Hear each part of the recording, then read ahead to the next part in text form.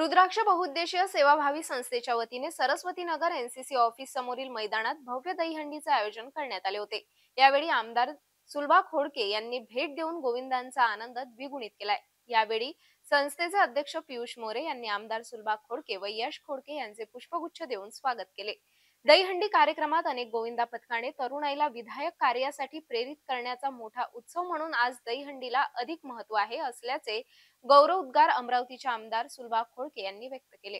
रुद्राक्ष बहुउद्देशीय सेवाभावी संस्थेच्या वतीने सरस्वती नगर एनसीसी ऑफिस समोरील मैदानात भव्य दहीहंडीचे आयोजन करण्यात आले होते।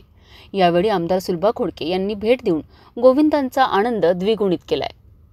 संस्थेचे अध्यक्ष पियुष मोरे यांनी आमदार सुलभा खोडके व यश खोडके यांचे पुष्पगुच्छ देऊन स्वागत केलेत।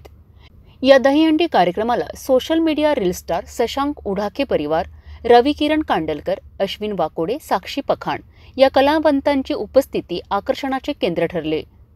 दहीहंडी फोडण्यासाठी गोविंदांचा थरार रंगल्याने उपस्थितांमध्ये प्रचंड उत्साह संचारला होता। तसेच गोविंदा आला रे आला या गजरात आसमंत दणाणून गेला होता। चिमुकल्या मुलींनी लावणीसह अनेक गीतांवर नृत्य सादर करून उपस्थितांची मने जिंकलीत। यावेळी संस्थेचे पदाधिकारी व कार्यकर्ते, गोविंदा तसेच स्थानिक नागरिक प्रामुख्याने उपस्थित होते। जन्माष्टमी निमित्त आयोजित दहीहंडीचा कार्यक्रम म्हणजेच हा आपल्या संस्कृतीमधील पारंपरिक खेळ असून यातून एक जल्लोषाचे व उत्साहाचे वातावरण निर्माण होते। समाजातील सर्व घटक एकत्रित येऊन सामाजिक सद्भावना निर्माण व्हावी, तरुणाईला विधायक कार्यासाठी प्रेरित करण्याचा मोठा उत्सव म्हणून आज दहीहंडीला अधिक महत्त्व आले असल्याचे गौरवोद्गार अमरावतीचे आमदार सुलभा खोडके यांनी व्यक्त केलेत।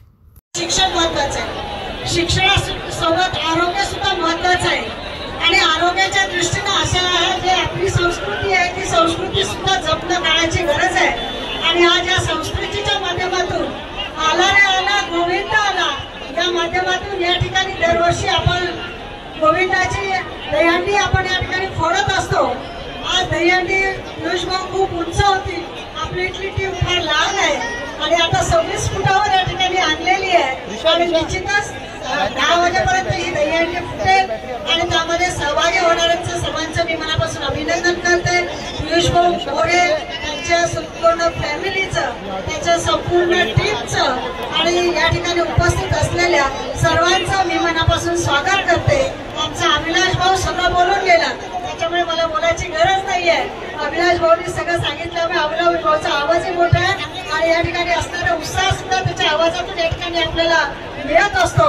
अशा संपूर्ण टीमचं या ठिकाणी आमचा मुंगर भाऊ पण आहे, त्याचं सुद्धा मी मनापासून अभिनंदन करतो। माझा शेजारचा असल्यामुळे काही अडचण नाही, परंतु या ठिकाणी उपस्थित असलेल्या सर्वांचं मी मनापासून स्वागत करते, सर्वांना शुभेच्छा देते।